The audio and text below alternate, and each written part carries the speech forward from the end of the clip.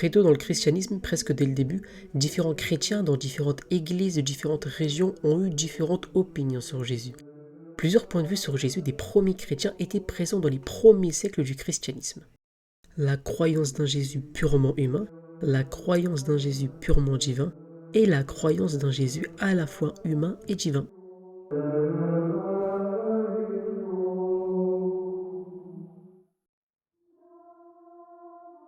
Il y avait plusieurs groupes de chrétiens dans le début du christianisme qui partageaient le point de vue que Jésus était seulement humain.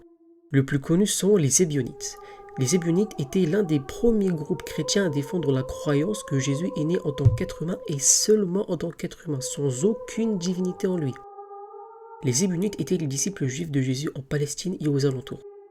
Ce groupe croyait que Jésus était le Messie juif envoyé par Dieu au peuple juif en accomplissement des Écritures juives. Et ils pensaient également que pour appartenir au peuple de Dieu, il fallait être juif. C'est pourquoi ils insistaient sur l'observation du sabbat, la pratique de la cacheroute et la circoncision de tous les hommes. Jésus et ses disciples étaient juifs, tout comme les premiers chrétiens, qui étaient également des disciples juifs de Jésus. À cette époque, le christianisme était un phénomène juif. Il n'était pas encore une religion séparée et distincte, mais plutôt une secte du judaïsme. Et la seule chose qui distinguait les premiers disciples de Jésus à tout autre juif, c'était leur croyance que Jésus était le Messie. Le livre des Actes des Apôtres atteste qu'ils continuaient à fréquenter régulièrement le temple juif et qu'ils bénéficiaient de la bienveillance de leurs concitoyens juifs. Et ceci aurait été impossible s'ils avaient prêché que Jésus était Dieu incarné, car c'est une croyance considérée comme blasphématoire dans le judaïsme. Tous ceux qui croyaient étaient dans le même lieu, et ils avaient tout en commun. Ils vendaient leurs propriétés et leurs biens, et ils partageaient le produit entre tous selon les besoins de chacun. Ils étaient chaque jour tous ensemble assidus au temple, ils rompaient le pain dans les maisons et prenaient leur nourriture avec joie et simplicité de cœur, louant Dieu et trouvant grâce auprès de tout le peuple. Et le Seigneur ajoutait chaque jour à l'Église ceux qui étaient sauvés.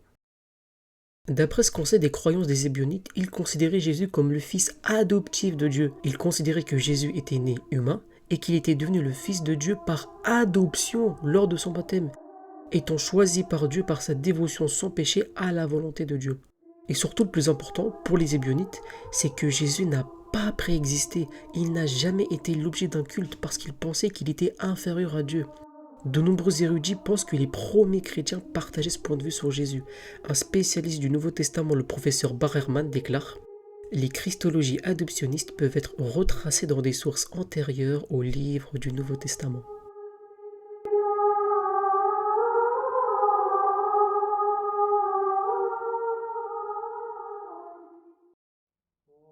Un autre point de vue sur Jésus était le point de vue d'un Jésus purement divin.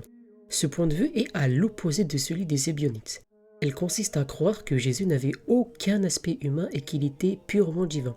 L'un de ces groupes qui défendait ces idées-là était les Marcionites. Les Marcionites représentaient une religion qui comptait de nombreux païens parmi leurs convertis.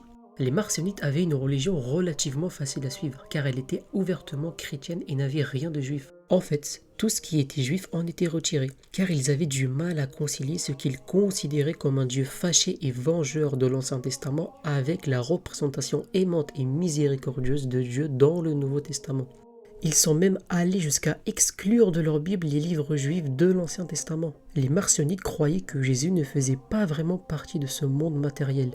Il n'avait pas de corps en chair et en os et n'était pas né. Bien qu'il ait semblé être humain, sa forme humaine n'était qu'une illusion. Jésus était purement divin sans aucun aspect humain.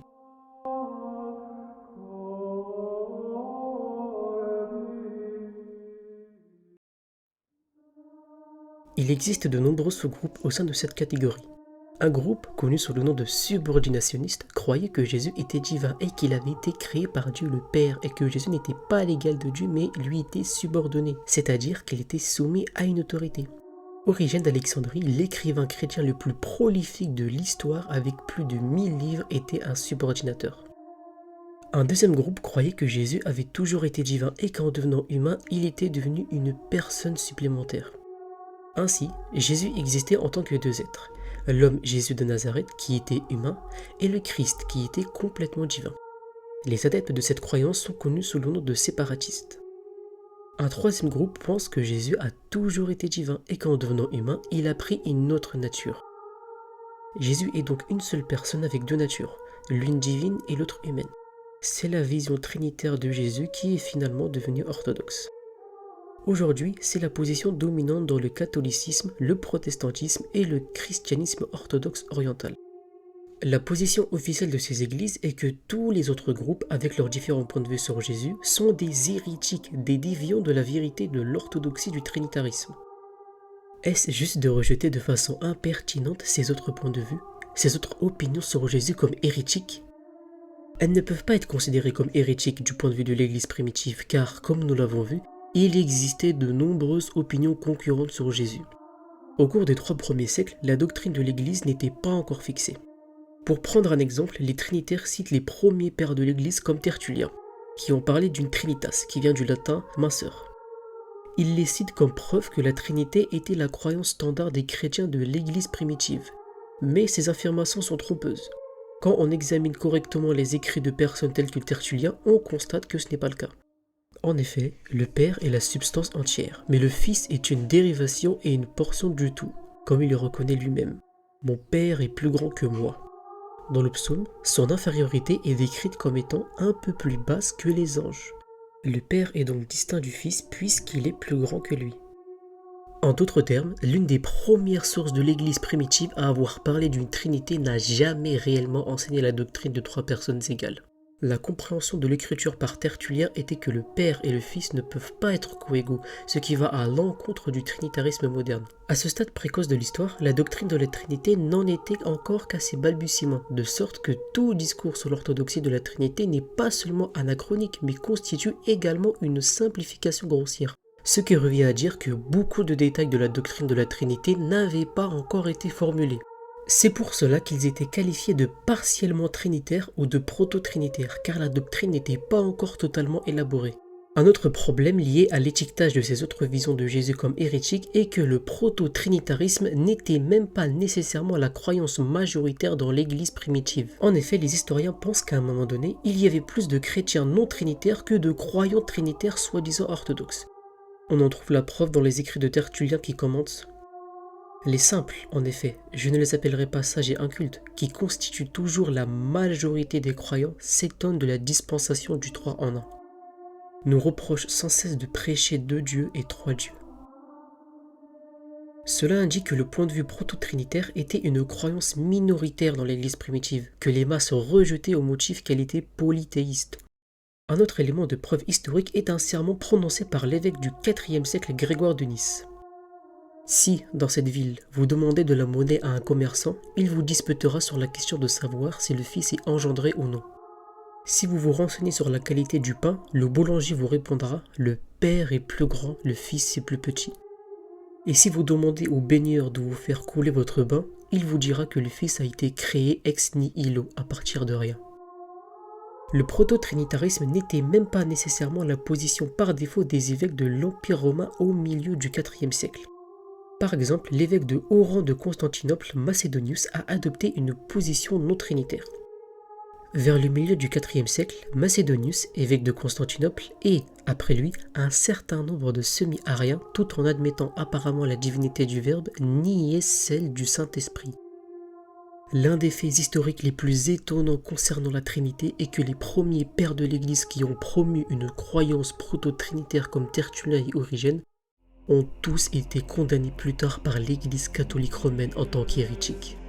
D'autre part, des pères de l'Église comme Ignace, Polycarpe et d'autres qui enseignaient un point de vue binitaire et non trinitaire sont aujourd'hui considérés comme des saints par l'Église catholique romaine.